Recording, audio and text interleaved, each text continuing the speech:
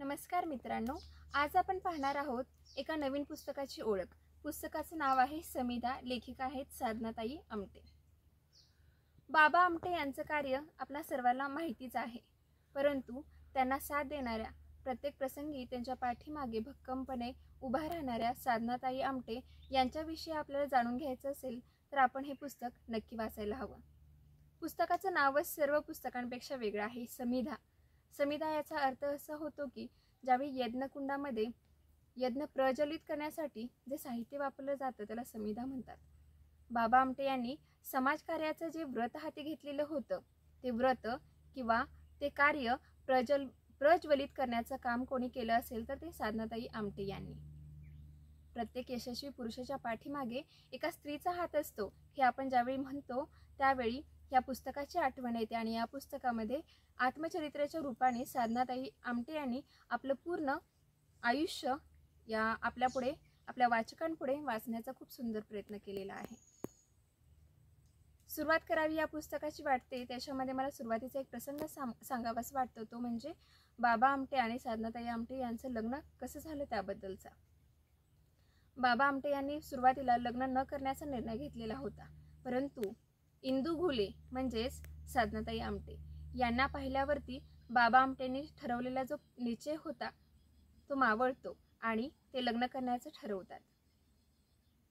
साधनाताईंना पण एका समाजक सेवेचे व्रत घेतलेल्या व्यक्तीशी लग्न करण्यासाठी कुटुंबियांच्याकडून पण विरोध होतो, परंतु साधनाताई आमटे या आपल्या निर्णयाशी ठाम राहतात आणि लग्न करण्याचे ठरवतात आणि दोघेही मिळून समाजकार्याला वाहून घेण्याचे ठरवतात। समाजकार्य ही वाटते तेवढी सोपी गोष्ट नाही, कारण त्याच्या वेळी संसार, मुलं यांचा विचार न करता समाजासाठी आपलं आयुष्य व्हायचं असतं आणि तो त्याग करायचा असतो।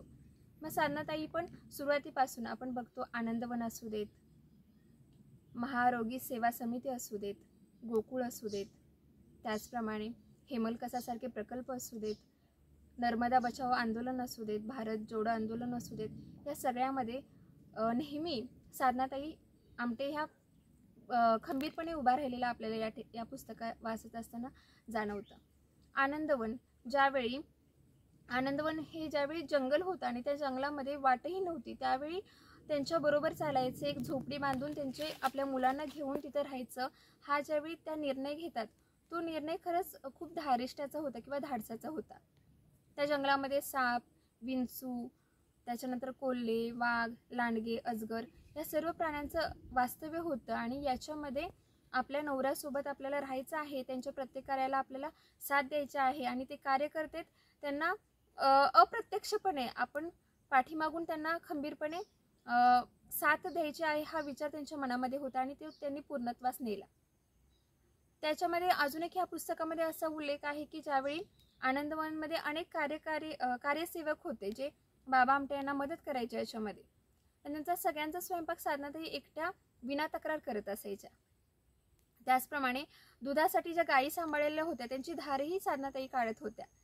पुढे जाऊन आपल्याला याच्यामध्ये असं आढळतं की अण्णासाहेब सहस्त्रबुद्धे त्यांना आनंदवनची गवळण ही उपाधी दिली, कारण त्या त्याच्यामध्ये तरबेज झाल्या होत्या। म्हणजे कुठल्याही त्या ज्या घरातून आलेले होते त्याच्यामध्ये जाती, रूढी, परंपरा हे विचार खूप वेगळे होते, परंतु बाबा आमटेंच्या सहवासात आल्यावर त्या मुक्त झाल्या सर्व विचारातून। लग्न झाल्यावर हरिजन स्त्रियांच्या मध्ये त्यांना हळदी कुंकू ज्यावेळी त्यांनी लावलं, ही गोष्ट नक्कीच आपल्यासारख्या पिढीला प्रेरणा देऊन जाते की खऱ्या अर्थाने एक आदर्श जोडपं काय असतं हे या दोघांच्या रूपाने आपल्याला समजायला मदत होते ज्यावेळी हे आपण पुस्तक वाचत असतो त्यावेळी। बाबा आमटे यांचे कार्य आपल्याला सर्वांना माहिती आहे। कुष्ठरोग्यांना ज्यावेळी कोणी जवळ करत नव्हतं त्या दुःखी जीवांना कवटाळून त्यांच्या आयुष्यामध्ये आनंदाची ज्योत निर्माण करण्याचे काम त्यांनी केलेले होते आणि ते करत असताना साहजिकच कुटुंबाकडे दुर्लक्ष होत असेल, परंतु ते दुर्लक्ष होत असताना कुटुंबाची सर्व जबाबदारी अत्यंत चांगल्या पद्धतीने पार पाडण्याचे काम हे साधनाताईंनी पाठीमागे केलेले होते। ज्यावेळी विकास आमटे यांचा जन्म झाला त्यावेळी जातीभेद पाळत नसल्यामुळे कुटुंबियांनी पण त्यांना जवळ केले नव्हते। अशा पण परिस्थितीमध्ये त्या जिद्दी होत्या, त्यांनी सर्व परिस्थिती सांभाळून नेली आणि प्रखर आणि अतिशय चांगल्या पद्धतीने त्यांनी मुलांच्यावरती पण संस्कार केले। त्याच्यातूनच आपल्याला असं जाणवतं की परिस्थिती बिकट होती, परंतु संस्कार करण्यास त्या कधी कमी पडल्या नाहीत. त्यामुळेच हेमलकसासारखा प्रकल्प प्रकाश आमटे पुढे चालवताना आपल्याला दिसतात. गरिबी होती, प्रत्येक गोष्टीची कमी होती, पण संस्कार करण्यात त्या दोघांनी पण मुलांच्या बाबतीत कमी केली नाही. आणि त्यामुळे अशा अनेक दुःखी जीवांचे आयुष्य आनंदवनच्या रूपाने आपल्याला पाहायला मिळते. अशा या जोडप्यासाठी अनेक पुरुषांचे अनेक आत्मचरित्र असतात. त्यांचं आपल्याला आपण वाचत असताना आपल्याला त्यांचं समजतं, परंतु स्त्रियांची खूप कमी आत्मचरित्र आहेत. आणि त्याच्यामध्ये समिधा हे साधनाताईंचे आत्मचरित्र आहे. हे आपण सर्वांनी वाचायला पाहिजे. या पुस्तकामध्ये बघा, पुस्तकाचे मुखपृष्ठ बघा, एवढं त्यांनी काम केलं, प्रत्येक गोष्टीमध्ये साथ दिली, पण ही व्यक्तिमत्व किती साधा आहे. म्हणजे काय म्हणतो आपण, ज्याचं साधी राहणी आणि उच्च विचारसरणी असे तशा प्रकारचे हे व्यक्तिमत्व साधनाताई आमटे आपल्याला या ठिकाणी दिसतात. त्यांच्या फोटोवरूनच समजतं की त्या किती साध्या होत्या. म्हणजे मोठेपणा होता, पण मोठेपणाचा गर्व त्यांच्यामध्ये कुठेच नव्हता. त्यामुळे त्यांनी अत्यंत चांगल्या पद्धतीने आपलं आयुष्य सुंदर केलं आणि बाबा आमटेंच्या प्रत्येक कार्यामध्ये त्या सहभागी होत्या. जरी त्या कुठं दिसत नसल्या तरी हे पुस्तक वाचत असताना आपल्याला समजतं, ज्या गोष्टीची आपण कल्पना करू शकत नाही अशा परिस्थितीमधून हे सगळं निर्माण झाले. त्याच्यामुळं एका स्त्रीत्व असते, त्याची भूमिका म्हणजे स्त्री असेल तर अनेक भूमिकामधून तिला जावं लागतं. सुरुवातीला मुलगी, नंतर आई, नंतर पत्नी, अशा अनेक भूमिका तिला निभावाव्या लागतात. आणि साधनाताईंनी त्यांनी प्रत्येक भूमिका प्रामाणिकपणे निभावल्याचे या पुस्तक वाचत असताना आपल्याला जाणवतं. ज्यावेळी ते दोघे एकमेकांपासून दूर असायचे हॉस्पिटलच्या निमित्ताने, त्यावेळी लेखिका पत्र लिहायच्या. त्या पत्रामधून त्यांचे लिखाण, त्यांचे शब्द, त्यांच्या भावना आपल्या प्रत्येक वाचकांपर्यंत अत्यंत चांगल्या पद्धतीने पोहोचताना दिसतात. आणि त्यातूनच हे आत्मचरित्र जन्म घेते.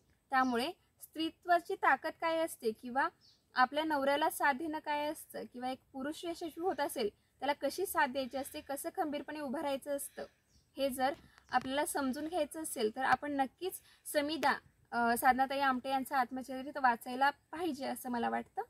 आपणही नक्की हे पुस्तक वाचावं आणि यांचं जीवनपट जाणून घेण्याचा प्रयत्न करावा. नक्कीच. थँक्यू.